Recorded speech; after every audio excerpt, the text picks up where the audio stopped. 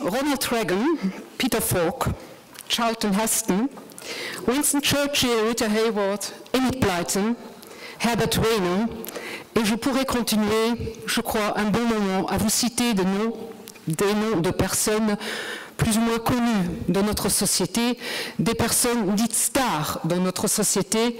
Elles ont en commun, en fait, ce destin qui a fait qu'elles ont perdu la mémoire, le goût, l'odorat, leur histoire, lentement leur personnalité et leur autonomie.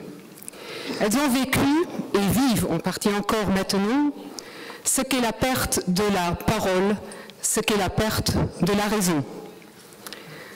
Je vous demande, et je crois que ce sera une question qui va nous accompagner ces 2 jours de congrès, qu'est-ce que reste de l'identité, qu'est-ce que reste de la personnalité d'un être humain s'il perd sa mémoire? Mesdames, Messieurs, Madame Ministre, Herr Minister, au nom de l'association Luxembourg Alzheimer, j'ai le grand plaisir de vous souhaiter la bienvenue ici à Luxembourg à l'occasion de la 20e conférence d'Alzheimer Europe. Particulièrement honorée par la présence du ministre de la Famille et de l'Intégration, Madame Marie-Josée Jacobs, que nous avons coutume chez Alzheimer Luxembourg appeler la mère de notre association, et du ministre de la Santé, M. Marx Di Bartolomeo, non moins connu au Luxembourg, mais je crois aussi au-delà de nos frontières, ainsi que du directeur de la santé publique de la Commission européenne, M. Andrzej Ries. J'espère que j'ai prononcé bien ce nom. Cette conférence est organisée, et ça aussi est un grand honneur, sous le haut patronage de Madame la Grande-Duchesse Maria Teresa, Grande-Duchesse, vous le savez, de Luxembourg. Aussi suis-je très ravie de savoir parmi nous notre président honoraire, le président de notre association, c'est M. Paul Diedrich. Lui aussi, il était cofondateur de notre association en 1987. Je crois que ce n'est pas par hasard qu'Alzheimer Europe a choisi le Luxembourg pour tenir ici la 20e conférence et pour célébrer donc aussi le 20e anniversaire d'Alzheimer Europe. Il est un fait que ce site, le centre de conférence européen, est au Kirchberg, où il y a d'autres institutions européennes bien connues, comme la Cour de justice européenne, le Parlement européen et donc la Commission européenne a un site ici.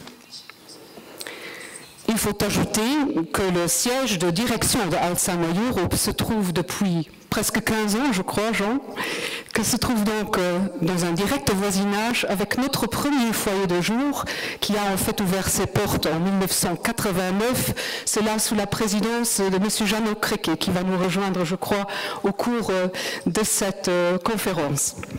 M. Jeannot Créquet, vous le savez, n'est non seulement aussi président honoraire et cofondateur de notre association, mais il était entre 1996 et 2002 le président aussi d'Alzheimer Europe. Et je crois que je peux dire que nous, au Luxembourg, on est assez fiers de tout ce qu'il a fait le temps de cette présidence. Nous avons été fondés donc en 1987, je viens de le dire. Nous avons donc 23 ans. Nous sommes un peu plus âgés qu'Alzheimer Europe. Et je crois pouvoir dire aussi que nous nous portons assez bien.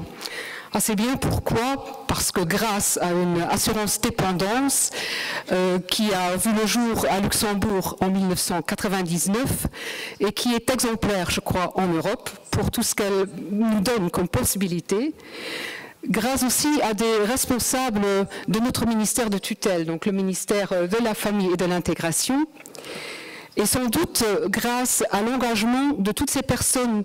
Je parle aussi bien des professionnels, mais également des bénévoles qui s'engagent pour promouvoir une meilleure qualité de vie, non seulement aux personnes atteintes de la maladie d'Alzheimer, mais aussi à leurs aidants.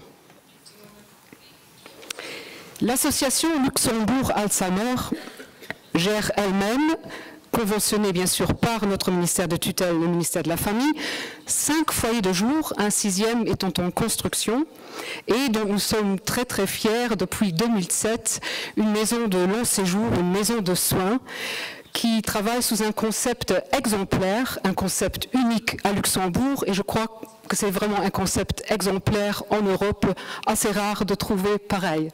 Je vois devant moi nos collaborateurs, tous ces personnes qui travaillent dans cette maison de soins, et je crois qu'au courant de ces 2 jours, quelques-unes d'elles et quelques-uns d'elles auront la possibilité de vous démontrer comment fonctionne notre maison, qui est exemplaire parce qu'elle prend en garde ou elle accompagne les personnes atteintes de la maladie d'Alzheimer dès la première phase de la maladie jusqu'à la fin de leur vie. Alzheimer Luxembourg, je vous ai dit, a plusieurs foyers et en fait donc une maison long séjour. Je crois que c'est unique en Europe qu'une association en fait qui a vu le jour sous l'idée de parents de gens atteints, donc de pères, de mères, de conjoints atteints de la maladie Alzheimer et qui s'est développée telle. Parce que nous n'en sommes pas restés là. Nous avons réussi à être entre-temps une entreprise qui emploie environ 260-280 personnes. Selon les derniers chiffres officiels, au Luxembourg se trouveraient environ 5500 malades d'Alzheimer.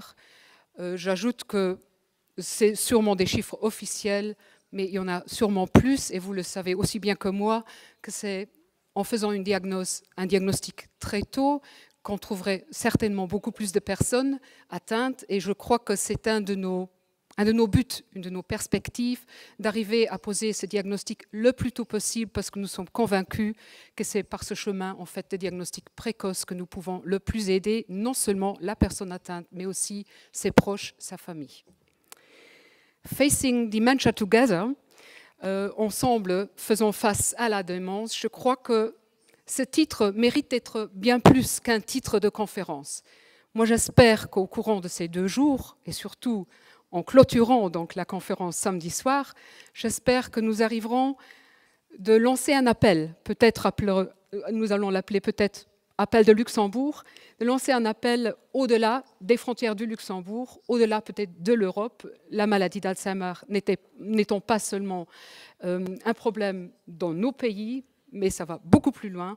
Donc j'espère que nous arriverons à lancer un appel clair, un appel de quelques mots qui nous situera et qui nous aidera mieux à sortir avec les idées que nous allons développer ces 2 jours. En fait, je voulais terminer ce que j'ai à vous dire en ouvrant cette conférence en remerciant vivement Jean-Georges, qui, tout au long de notre partenariat, qui a commencé en 1996, a souvent eu des idées qui nous ont menés à regarder plus loin, à voir par exemple les idées des droits des personnes atteintes de démence. C'était cela bien une idée d'Alzheimer Europe, qui nous a aidés à aller au-devant, qui nous a aidés à aller au-devant même de nos gouvernements et en fait, d'initier à aller plus loin dans tout ce domaine des droits des patients, mais aussi des droits de tous ceux qui entourent, de tous ceux en fait, qui encadrent les personnes atteintes de la maladie d'Alzheimer. J'aimerais encore dire merci à tous celles et tous ceux qui soutiennent par leur présence l'idée d'Alzheimer Europe. J'aimerais souhaiter à nous tous un bon congrès, un congrès où nous arriverons donc à nous rassembler, à rassembler nos idées. Et je voudrais donner parole à M. Maurice O'Connell, qui est président d'Alzheimer Europe, ou qui était jusqu'à cette Assemblée générale le président d'Alzheimer Europe. Merci beaucoup.